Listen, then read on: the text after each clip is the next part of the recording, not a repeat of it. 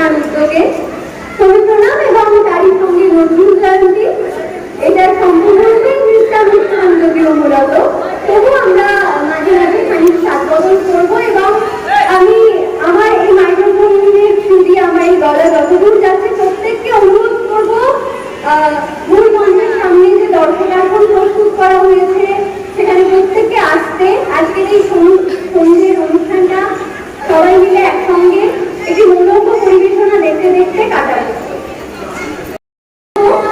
তাদের ঘুমে জাগরণে উঠতে বসতে দুঃখে দৈন্যতায় ভীষণ আনন্দে সবসময় যে দুজন মানুষ তারা আমাদের চলে না, তারাই রবি ঠাকুর এবং কবি নজরুল। ফলত আমরা এই অনুষ্ঠান শুরুই করবো আমাদের পক্ষে যথাসম্ভব তাদেরকে শ্রদ্ধা এবং সম্মান জানিয়ে। ঘুমুর ডান্স একাডেমির পক্ষ থেকে আয়োজিত এই অনুষ্ঠানে আমরা ধন্যবাদ জানাতে চাই নবায়ন সমিতিকে আমাদের এই মঞ্চটি দেওয়ার জন্য এবং আমাদের আজকে অনুষ্ঠানটি পরিবেশনার সুযোগ করে দেওয়ার জন্য।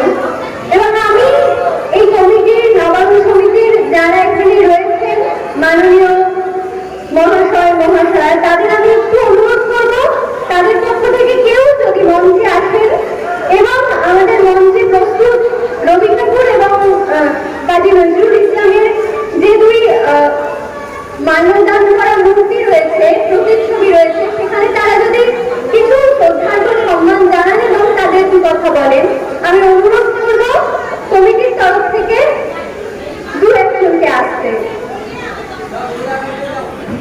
তাদের ছবিতে একটু যদি শ্রদ্ধার্ঘ্য ফুল দিয়ে, হ্যাঁ হ্যাঁ একদম শ্রদ্ধা সম্মান জানিয়ে আমরা আজকে ওই আর কি গান প্রতিষ্ঠাটুকু হলো, এরাই তো আমাদের কাছে ঈশ্বর। এরপর আমরা মূল অনুষ্ঠানে যাবো এবং আমি অনুষ্ঠানটা একটু একটু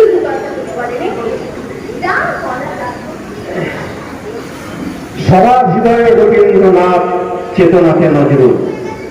আমাদের জীবনের প্রতিক্ষণে, প্রতি দুঃখে, প্রতি ফলে, প্রতি আনন্দে, প্রতি সঙ্গীতে, প্রতি নৃত্যে, প্রতি নাট্যে, সমস্ত জায়গাতে রবীন্দ্রনাথ। রবীন্দ্রনাথ ছাড়া এক পাও আমাদের চলবে না। বাংলা বাঙালির হৃদয়ের সঙ্গে অনন্ত যৌবনের পথে যৌবনের দূত হয়ে যিনি চিরদিনের জন্য থেকে যান তিনি রবীন্দ্রনাথ। এবং আর এক বিদ্রোহী কবি যিনি আমাদের চিরদিন বিদ্রোহের সঙ্গীত বাজিয়েছেন, যিনি শুনিয়েছেন স্বাধীনতার অন্ধকার থেকে স্বাধীনতার আলোয় ফেরবার বাণী। তাদের উদ্দেশ্যে আমাদের নবায়ন সমিতির পক্ষ থেকে প্রণাম জানাই তাদের। এবং সেই সঙ্গে এই যে ফুল নৃত্য একাডেমির যে আয়োজন, সেই আয়োজন সফল হয়ে উঠুক এই কামনা করি। নমস্কার, ধন্যবাদ। অসহায়তায় এবং প্রবল উচ্ছ্বাসে যারা আছেন, যারা সাথ দেন, সারা রবি ঠাকুর এবং কবি কাজী নজরুল ইসলাম, তাদের নিয়ে আজকের পথচলা, আজকের এই সন্ধ্যে আমরা কাটাবো। আমাদের অনুষ্ঠানের শুরুর পর্বে আমরা রবি ঠাকুরকে শ্রদ্ধা সম্মান পুজো করবো এবং সেই অনুষ্ঠানে বিভিন্ন নৃত্য কোলাজ আপনারা উপস্থাপিত হলে দেখতে পাবেন।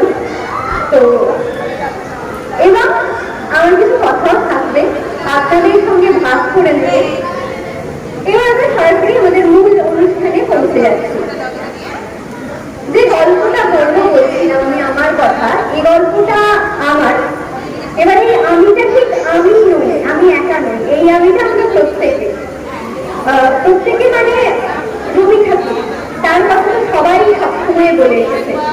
আজ আমার গল্প শুনবে মানে আমাদের গল্প শুনবে, আমার সঙ্গে তার আলাপের গল্প, তার বন্ধুত্বের গল্প, তার প্রতি আমার প্রেমের গল্প, পূজার গল্প।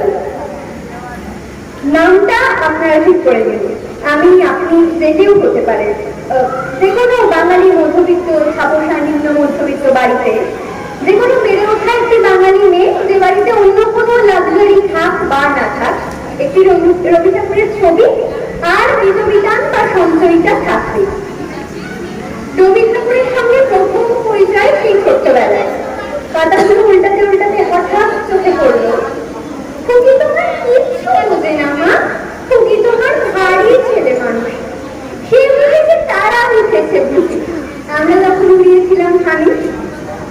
তারপর বাবার মতো বড় হতে যাওয়া, এখনো তো বড় হয়নি, আমি ছোট আছি, ছেলে মানুষ বলে।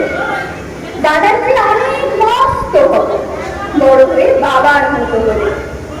দাদা যখন পড়তে যদি না চায়, পাখির ছানা বসে কেবাও খাঁচায়, তখন তারে এমনি বকে দেবো, বলবো তুমি ভারী দুষ্টু ছেলে, বলবো তুমি চুপটি করে পড়ো। যখন হবো বাবা নির্ভর, এমন করে ভাবতে শেখান তিনি, ছোটবেলা থেকে বেড়ে ওঠার প্রথম পদক্ষেপে সঠিক চিনতে শেখান তিনি।